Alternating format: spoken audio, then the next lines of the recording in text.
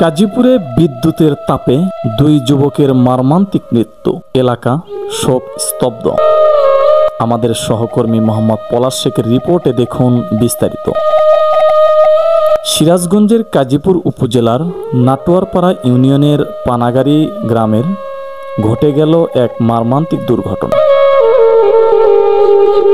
অকালেই প্রাণ হারালেন দুই যুবক, মোহাম্মদ রাব্বি হাসান 17, পিতা শাহিন রেজা 45 এবং একই গ্রামের আব্দুল মান্নান 45, পিতা মৃত আবুল ফকির।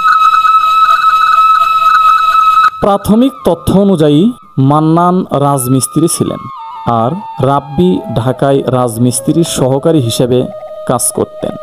সম্প্রতি তারা ঢাকায় একটি বিল্ডিংয়ের নিচতলায় কাজ করছিলেন। কন্ট্রাক্টর লাবলু হাজি জানান, কখনো ভাবতেই পারিনি বিদ্যুৎ শর্টের আঘাতে দুজনই মারা যাবেন। পরে খোঁজাখুঁজির পর দেখলাম দুজনই ঘটনাস্থলেই প্রাণ হারিয়েছেন। পরিবার, আত্মীয় স্বজন, এলাকার মানুষদের চোখের জল থামছে না।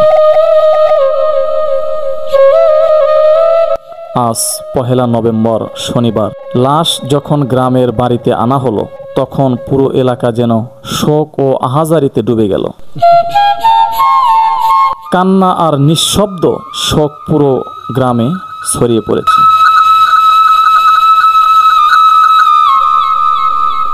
স্থানীয়রা বলেছেন, এত অল্প বয়সে রাব্বি চলে গেলেন। এই মর্মান্তিক ঘটনা আমাদের সকলকে স্তব্ধ করে দিয়েছে। শ্রমজীবী যুবকদের নিরাপদ কাজের পরিবেশ নিশ্চিত করা এখন সময়ের দাবি। এলাকার মানুষদের কথায়, একসাথে দুই প্রাণ হারানো আমাদের জন্য সহ্য করা যায় না। পরিবার ও গ্রামের সবাই আজ হারিয়ে ফেলেছে তাদের প্রাণের সন্তান ও প্রতিবেশী। পুরো ইউনিয়ন শোকের ছায়ায় আচ্ছন্ন।